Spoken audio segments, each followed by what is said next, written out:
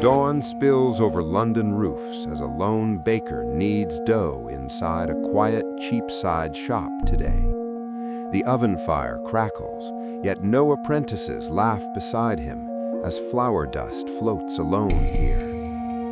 Empty stools wait by the work table, where 3 boys once rolled loaves before sunrise each day. Outside, the street that once thundered with carts now hears only a single mule pass slowly. London wakes cautiously, like a wounded giant unsure if the danger truly ended last winter.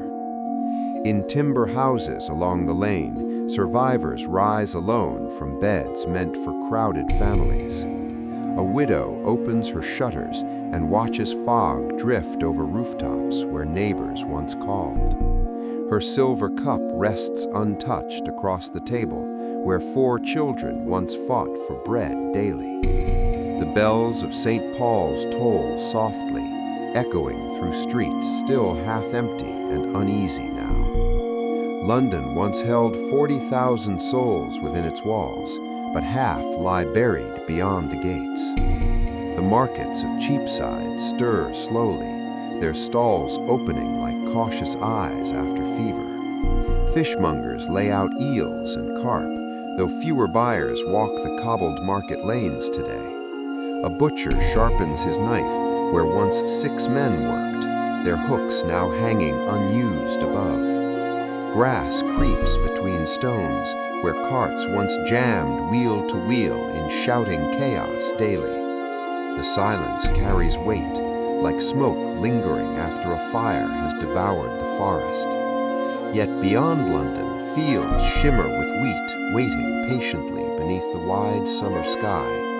Landowners ride to their estates, expecting harvest and finding laborers seated beneath hedges. The reapers lean on scythes and speak calmly of wages no lord heard before the plague came. Once 2 pennies bought a day of sweat beneath the sun from dawn until dim evening bells. Now strong hands demand 6 or 8, and the masters must listen or lose their grain. Wheat ripens golden, while negotiations replace commands once barked without question. Across England, the same quiet rebellion unfolds without swords or banners raised. Fewer men remain, yet the land still demands the same endless cycle of toil and harvest. The simple counting of bodies has shifted power from manor halls to muddy fields. A reaper wipes sweat from his brow and names a price that once meant punishment. If you want to discover more real stories like this, dark, hidden, and rooted in history, make sure you subscribe to this channel now, because what comes next is even more shocking. And one more thing, wherever you are watching from right now, write your country's name in the comments. I want to know how far these stories are reaching around the world. Don't forget, subscribe, comment your country, and stay with us. And strangely, the Lord nods, because empty fields yield nothing but hunger. In London, the king's messengers climb wooden platforms with scrolls sealed in red wax. Crowds gather while the crier declares new laws meant to freeze wages as before the plague. The ordinance demands that every able worker serve for the old price of labor. Murmurs ripple through the listeners, who know the city cannot run on ghosts.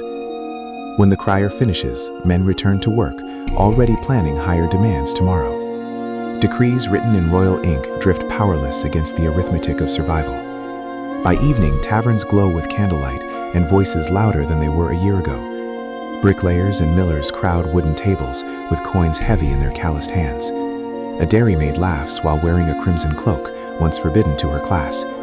Velvet sleeves brush rough timber benches where peasants once sat wrapped in gray wool. These garments came from abandoned chests or merchants desperate to sell anything. The old rules of dress crumble as surely as walls left without masons. Silver goblets engraved for nobles now pass between blacksmiths and plowmen freely tonight. Laughter rises thick as smoke because for the first time hunger loosens its grip. Yet far from the taverns, merchants sit alone beside candlelight and open ledgers. Their accounts swell with inherited shops and houses left behind by the dead. Wealth grows even as unease coils quietly beneath every scratched line of ink. Each cough heard through an open window still freezes the blood of survivors. The plague has gone, but memory walks the streets like a shadow at dusk. London sleeps lighter now, listening for footsteps of death that once came unseen. But morning will return with bakers kneading dough and laborers bargaining again. The city, bruised and half empty, continues learning how to breathe differently now. Because the plague did more than steal lives, it rewrote the order of power.